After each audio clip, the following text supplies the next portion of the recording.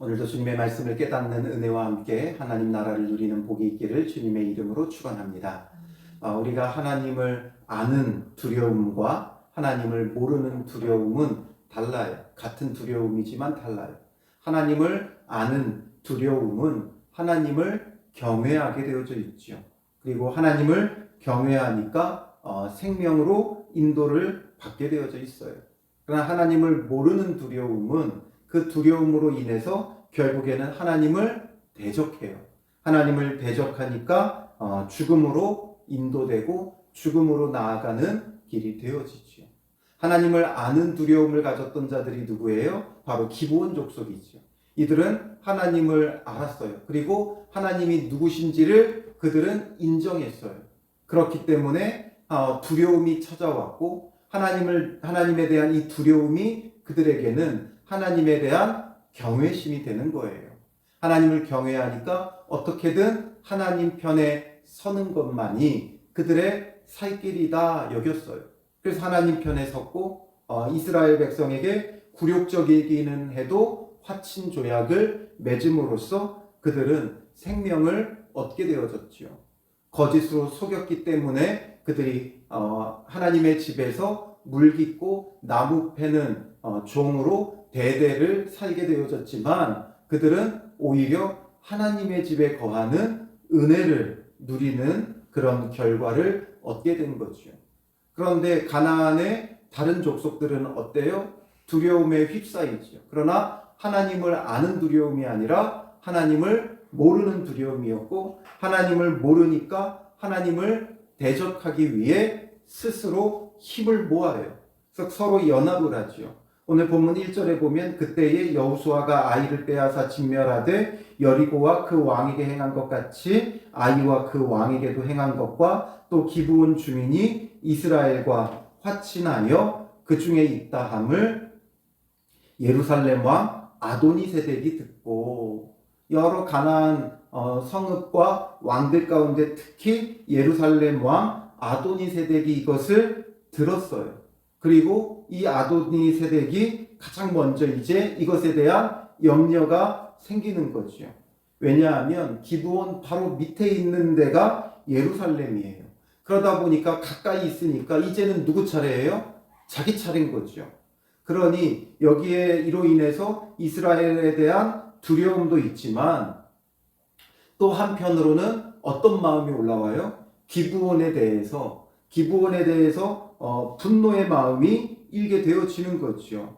우리를 배신하고 우리를 반역하고 이렇게 이스라엘 편에 붙었다 여기는 거죠.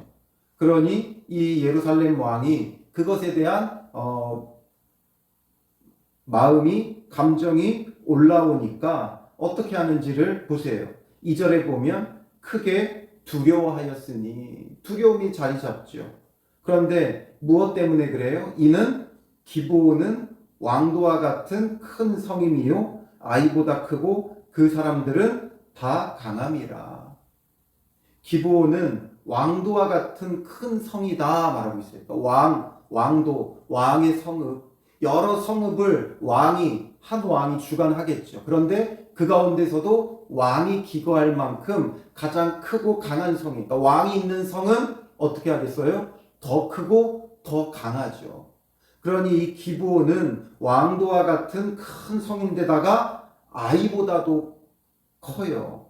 우리가 아이성에 대해서 아이성은 조그마한 성이다라는 그런 인식이 있지만 실제적으로는 그렇지 않다 그랬죠.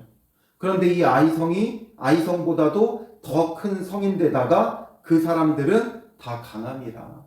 또 그곳에 사는 사람들 자체도 뭔가 연약하고 약한 자들이 아니라 다 강한 자들이었어요. 그런 기브온도 스스로 이스라엘에 가서 붙었는데 이제 우리는 어떡하냐라는 거예요. 그러니 왕도와 같은 큰 성이기 때문에 자기들을 이끌어 주어야 할 이 기브온 사람들이 오히려 자기들을 배신하고 이스라엘 편에 붙어 먹었다 이거죠. 그러니 이 지금 아도니세덱은 두려워하면서, 그러면 자기도 하나님이 누구신지를 보고 하나님이 어떠한 일을 행하실 것인지를 그들이 보면 될 텐데 그렇게 하지 않고 대적하고 맞서기 위해서 3절에 보면 예루살렘 왕 아도니세덱이 헤브론 왕 호암과 야르무드 왕 비람과 라기스 왕 야비야와 에글론 왕 드빌에게 보내어 이르되 내게로 올라와 나를 도우라. 우리가 기브온을 치자. 이 5 왕들이 함께 모여서 기브온을 치자는 거예요. 우리의 반역자를 먼저 치자는 거죠. 이스라엘을 상대하기에는 지금 조금 버겁긴 해도 이 기브온을 치고 기브온을 자기들이 다시 한번 점령함으로써 이 기브온을 자기네 편으로 만들 수 있지요. 그리고 이스라엘은 그 힘을 약소화시킬 수 있는 거예요. 그래서 기브온을 치고 또 기브온을 치는 게 본보기가 되어서 우리 중에 그 누구도 이제 배신하고 배반하여 이스라엘 편에 붙지 않도록 해야겠다라는 게 아도니세덱 왕의 생각이었던 거예요. 그래서 이 5 성읍을 한데 모아서 우리가 저들을 대항하자는 거죠. 이 4절 뒷부분에 보면 이는 기브온이 여호수아와 이스라엘 자손과 더불어 화친하였음이니라. 기브온을 쳐서 일단은 본보기가 되게 하고 이스라엘 세도 좀 약화시키고 이럴 생각을 가진 거죠. 그래서 5절에 보면 아모리 족속의 5 왕들 곧 예루살렘 왕과 헤브론 왕과 야르무드 왕과 라기스 왕과 에글론 왕이 함께 모여 이 5 왕이 함께 모여서 자기들의 모든 군대를 거느리고 올라와 기브온에 대진하고 싸우니라. 기브온과 싸우기 위해 이 5 왕이 한데 모여서 함께 올라와 대진하고 싸우는 일이 벌어지게 된 거지요. 이 5 왕은 가나안 땅의 남부 지역에 있던 왕들이에요. 그러니까 지금 이스라엘 백성이 가나안 땅 허리를 치고 들어왔죠. 그래서 여리고성, 아이성, 그래서 가나안 땅의 남북을 딱 단절시켜 버렸어요. 가운데를 딱 쳐서 단절시킴으로 인해 이제 남북으로 나눠지죠. 그러니까 이들은 다 남쪽에 있는 성읍들이었어요. 이 남쪽에 있는 성읍들이 함께 모여서 이제 북쪽으로 이스라엘 쪽으로 치고 올라오게 되는 형상이지요. 그러니 기브온 사람들이 어떻게 해요? 6절에 길갈 진영에 사람을 보내어 여호수아에게 전하되 당신의 종들 돕기를 더디게 하지 마시고 속히 우리에게 올라와 우리를 구하소서. 산지에 거주하는 아모리 사람의 왕들이 다 모여 우리를 치나이다. 이스라엘에게 도움을 요청하게 되지요. 그러니까 7절에 여호수아가 모든 군사와 용사와 더불어 길갈에서 올라가니라. 그래서 길갈에서 모든 군대를 이스라엘이 동원하여 여호수아가 기브온을 돕기 위해 나아가죠. 그때 8절에 여호와께서 여호수아에게 이르시되 그들을 두려워하지 말라. 내가 그들을 내 손에 넘겨주었으니 그들 중에서 한 사람도 너를 당할 자가 없으리라 말하죠. 하나님께서도 이제 여호수아에게 말씀하시는 거예요. 그들을 내 손에 넘겨주었다. 하나님의 주권적 섭리가 중요하다고 그랬죠. 하나님께서 어떤 뜻을 가지고 있고 하나님께서 행하고자 하시는 게 무엇인가? 하나님은 이제 그들을 너의 손에 넘겨주었다는 거예요. 그러니까 여호수아는 이스라엘과 함께 이제 강하고 담대하게 나아가서 그들을 쳐서 멸하기만 하면 되는 거예요. 하나님의 주권적 섭리가 여호수아와 이스라엘의 손을 들어주신 거예요. 너희들에게 넘겨주었다. 그래서 처음부터 그들을 두려워하지 말라 말씀하시죠. 담대히 나아가면 돼요. 5 왕이 연합해서 왔어요. 강하죠. 그 강함을 보면 주저할 수도 있고 염려할 수도 있어요. 그러나 하나님이 함께 하시면 그들이 아무리 강해도 하나님보다 강할 수 있어요, 없어요? 없죠. 그들이 아무리 이 5 성읍이 아니라 가나안 땅 전역이 아니면 심지어 이집트가 애굽이 온다 하여도 바벨론이 온다 하여도 하나님께서 이스라엘 편에 계시고 이스라엘이 하나님 편에 서고 하나님께서 그들의 손을 들어주시면 세상 그 누구도 당할 자가 없어요. 심지어 지금의 미국이라 할지라도 당할 자가 없는 거죠. 그러니 다섯 왕이 연합해서 온 건 정말 강한 적이 찾아왔다가 아니라 어떤 기회가 된 거예요? 이 다섯 왕을 한 번에 멸하고 점령할 기회가 되는 거죠. 따로 한 성읍 찾아갈 필요 없이 그냥 다섯이 함께 모여왔으니까 한꺼번에 이 남부 지역을 싹쓸이할 수 있는 기회가 되어지는 거예요. 하나님께서 이스라엘의 손에 들어주시니까. 오늘 우리도 마찬가지지요. 내가 하나님 편에 서고 하나님이 나와 함께 해주시면 아무리 강한 대적이 온다 한들 오히려 강하면 강할수록 우리는 어떻게 돼요? 더 큰 승리와 더 큰 구원을 누리게 되는 거예요. 그래서 어떻게 이 전쟁이 진행되는가를 보세요. 얼마나 큰 승리를 이루는가를 보세요. 여리고성 전투에서의 승리도 큰 승리였고 아이성과의 전투에서도 큰 승리였는데 이번에는 그것과는 또 비교할 수 없는 아주 큰 승리를 거두게 되어지는 거죠. 하나님께서 여호수아 편에 서주시니까 9절에 보면 여호수아가 길갈에서 밤새도록 올라가 갑자기 그들에게 이르니 갑자기 그들에게 이르렀다. 이건 뭐냐면 기습했다는 거예요. 갑자기 올라갔다. 그 기습 전략을 펼친 거죠. 그래서 이런 지혜도 사용해요. 앞서서 아이성 전투에서는 어떤 전략과 전술을 사용해요? 매복 전술을 사용하죠. 그런데 이번에는 기습 작전을 펼친 거예요. 이들이 생각도 못했던 시간에 우리가 기브온을 치면 저 길갈에서 이스라엘이 도우러 오려고 해도 그 걸리는 시간이 있잖아요.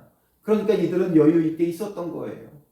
그러다가 갑자기 기습해서 오니까 이들이 어떻게 되어져요? 속절없이 무너지죠. 그래서 10절에 여호와께서 그들을 이스라엘 앞에서 패하게 하심으로 기습작전을 펼치긴 했지만 이것 때문만이 아니라 더 중요한 건 여호와께서 그들을 이스라엘 앞에서 패하게 하셨다는 거예요. 그러니까 여호수아가 그들을 기브온에서 크게 사륙하고 베토론에 올라가는 비탈에서 추격하여 아세가와 막게다까지 이르니라. 그들이 이스라엘 앞에서 도망하여 베토론의 비탈에서 내려갈 때에 이 기습으로 인해 크게 이들이 당하게 되고 급하게 도망가게 되어져요. 그때 하나님께서는 그냥 내버려 두시지 않고 하늘에서 큰 우박덩이를 아세가에 이르기까지 내리심에 이제 하나님께서 큰 우박덩이도 그들에게 내리세요. 그러니 그들이 죽었으니 이스라엘 자손의 칼에 죽은 자보다 우박에 죽은 자가 더 많았더라. 하나님께서 우박도 내려주시고 그래서 이 우박에 맞아 죽은 자들이 오히려 이스라엘의 칼에 죽은 자보다 더 많다는 거예요. 이게 무슨 의미예요? 하나님께서 이스라엘을 위해 싸워주셨다는 것에 대한 확실한 증거고 선언인 거죠. 하나님께서 이스라엘과 함께 하시고 하나님께서 이스라엘을 위해 싸우신다는 분명한 증거예요. 그러니까 더 큰 승리를 거두지요. 그리고 이 또한 이 전쟁에 얼마나 큰 승리였는지를 부가해서 이제 설명을 하는데 12절에 여호와께서 아모리 사람을 이스라엘 자손에게 넘겨주시던 날에 여호수아가 여호와께 아뢰어 이스라엘의 목전에서 이르되 여호수아가 여호와께 아뢰어요. 하나님께 아뢰면서 이스라엘 목전에서 선포해요. 그러니까 그냥 자기의 자의로 선포한 게 아니라 하나님께 아뢰었고 그리고 나서 이제 이스라엘 목전에서 선포해요. 그러니까 여호와께 아뢰었다는 건 하나님의 동의가 있었겠죠. 하나님이 주신 응답이 있었을 거예요. 그래서 여호수아가 어떻게 선언해요? 태양아 너는 기브온 위에 머무르라. 달아 너도 아얄론 골짜기에서 그리할지어다 선포하죠. 그러니까 13절에 태양이 머물고 달이 멈추기를 백성이 그 대적에게 원수를 갚기까지 하였느니라.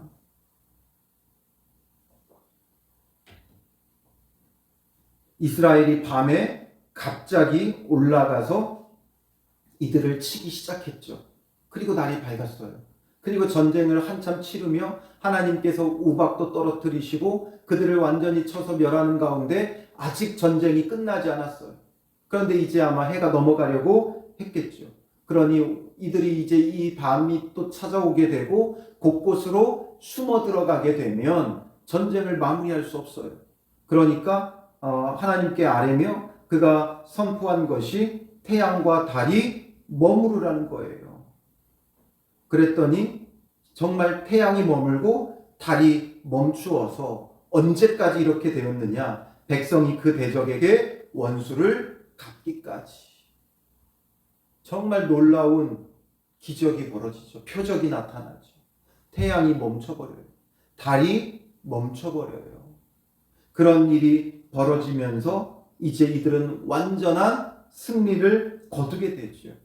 그리고 이 내용은 야살의 책에 태양이 중천에 머물러서 거의 종일토록 속히 내려가지 아니하였다고 기록되지 아니하였느냐. 이 부분은 후대에 이 여호수아의 편집자가 추가한 거예요. 이 사실이 분명하다는 게 야살의 책에도 기록되어 있다는 거죠. 그러냐 이것이 그냥 성경에만 있는 이야기가 아니라 분명한 사실이다. 그래서 이렇게 큰 승리를 거두게 되어졌다라는 거죠. 그리고 14절에 여호와께서 사람의 목소리를 들으신 이 같은 날은 전에도 없었고 후에도 없었나니 이는 여호와께서 이스라엘을 위하여 싸우셨음이니라. 정말 전무후무한 일이다라는 거죠. 하나님께서 사람의 목소리를 들으신 이 같은 날. 전무후무한 사건이 지금 벌어진 거예요. 태양이 멈추고 달이 멈추고 완전한 승리를 거두게 되는 거죠. 5 왕이 연합해서 왔으니까 강한 대적이 있는 게 아니라 아주 큰 승리, 전무후무한 하나님의 일하심과 역사하심이 있는 거예요. 그러니 오늘 우리도 마찬가지죠. 오늘 우리도 마찬가지예요. 우리의 적이 아무리 강하다 하여도 내가 하나님을 아는 두려움, 하나님을 경외하고 하나님 편에 서게 되면 적이 강하면 강할수록 승리는 더 커지는 거예요. 하나님의 구원은 더 크고 놀라운 거예요. 그러니 두려워하지 말고 강하고 담대해야 돼요. 강하고 담대하게 하나님 편에 서고 하나님의 명령에 순종하는 자가 되어져야 돼요. 두렵다고 주저하면 아무것도 할 수 없지. 아무것도 할 수 없어요. 주님을 믿고 순종하면 되죠. 어린 아이에게 아빠가 높은 곳에 있을 때 뛰어내리라 그래요. 아빠가 받아줄게. 뛰어내려. 이 아이가 아빠를 믿고 뛰어내리면 아빠는 어떻게 해요? 무슨 수를 써서라도 이 아이를 잡죠. 받아내죠. 그런데 무섭다고 주저하고 두려워하고 있으면 계속 그 높은 곳에서 무서워하며 벌벌 떨고 있어야 되는 거예요. 아빠의 말에 믿고 순종하면 자유함을 얻는 거죠. 하나님의 명령에 믿고 순종하면 문제가 크면 클수록 더 큰 구원과 승리를 거두는 거예요. 그리고 14절에 여호와께서 사람의 목소리를 들으신 이 같은 날은 전에도 없었고 후에도 없었다. 왜 이런 일이 벌어졌을까요? 전무후무하게 하나님께서 사람의 목소리를 들으셨다는 거예요. 하나님의 주권적 섭리대로만이 아니라 사람의 목소리도 여호수아의 목소리도 하나님께서 들어 응답해 주셨다는 거예요. 무엇 때문에 하나님께서 이렇게 크고 놀라운 일들을 행하셨는가를 우리가 깨닫는다면, 묵상하고 깨닫는다면 우리에게도 이런 은혜가 있지 않겠어요? 하나님은 여호수아만의 하나님입니까? 아니죠.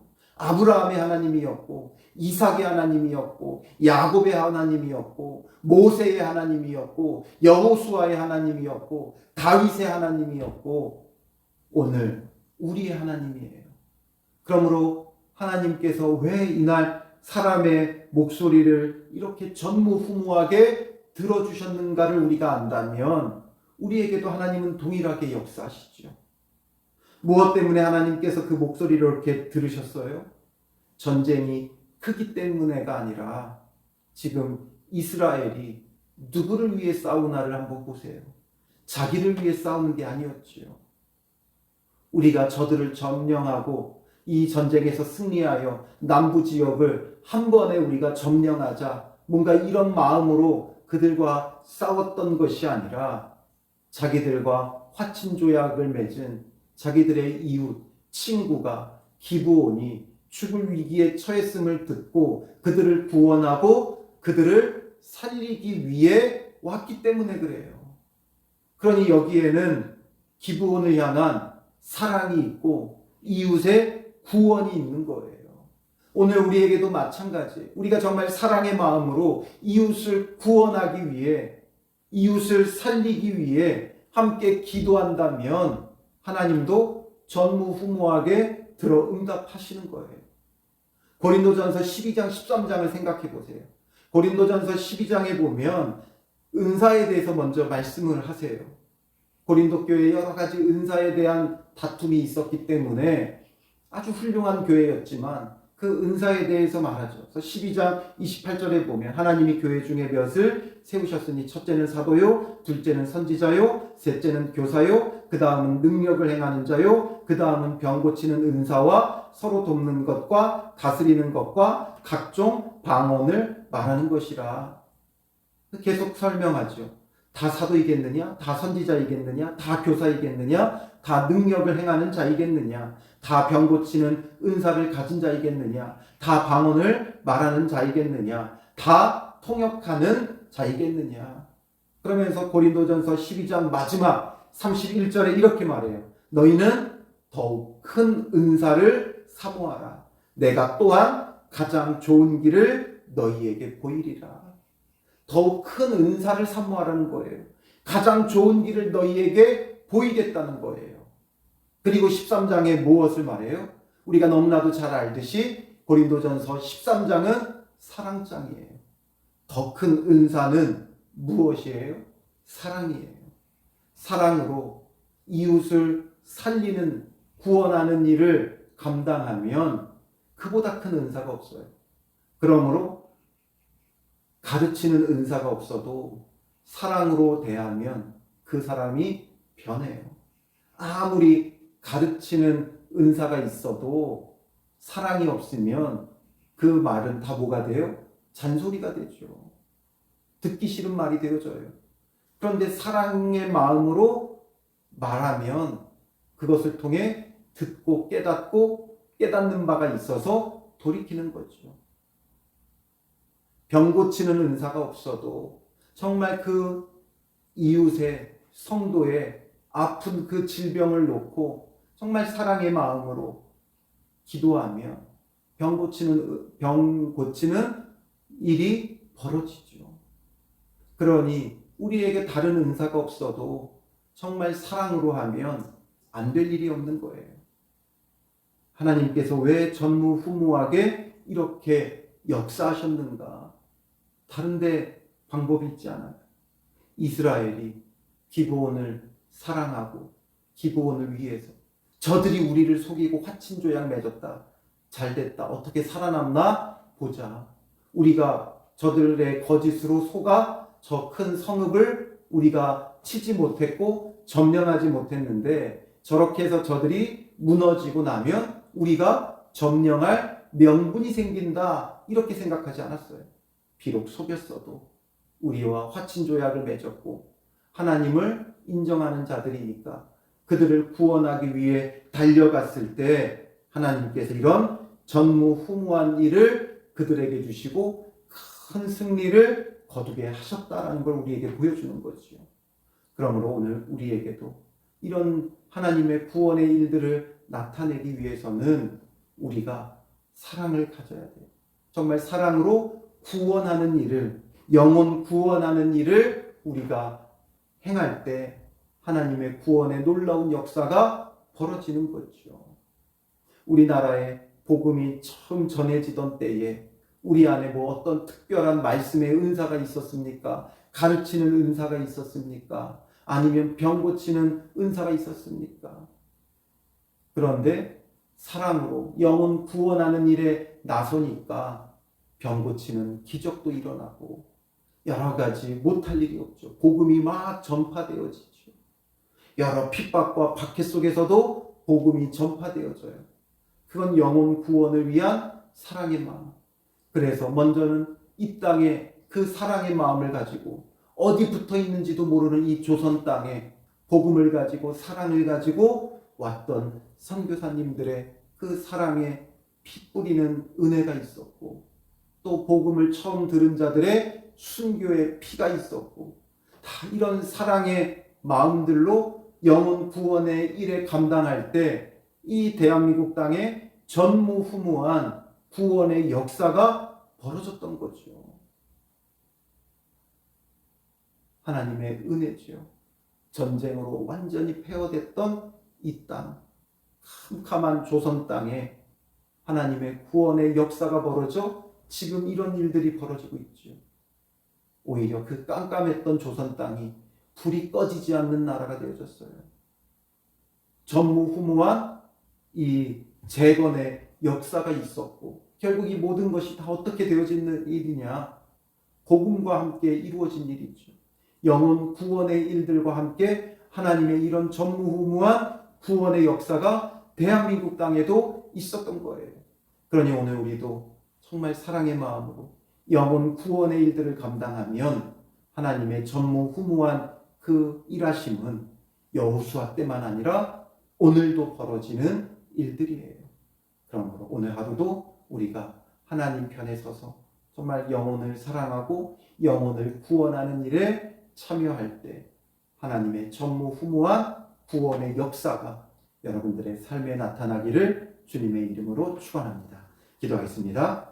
살아계신 아버지 하나님, 여호수아와 이스라엘이 기브온을 위하여 일어날 때 하나님의 전무후무한 구원의 일들을 허락하셨던 하나님, 오늘도 그 동일하신 하나님께서 우리와 함께하여 주시고 우리는 철저히 주님 편에 서는 자 되게 하여 주셔서 영혼 구원의 일을 감당하며 하나님의 행하실 주권적 섭리의 일들에 참여하는 자 되어 전무후무한 하나님의 구원의 일들이 우리 성도들의 삶의 가정에 우리 교회와 일터에 나타나는 은혜가 있게 하여 주시옵소서.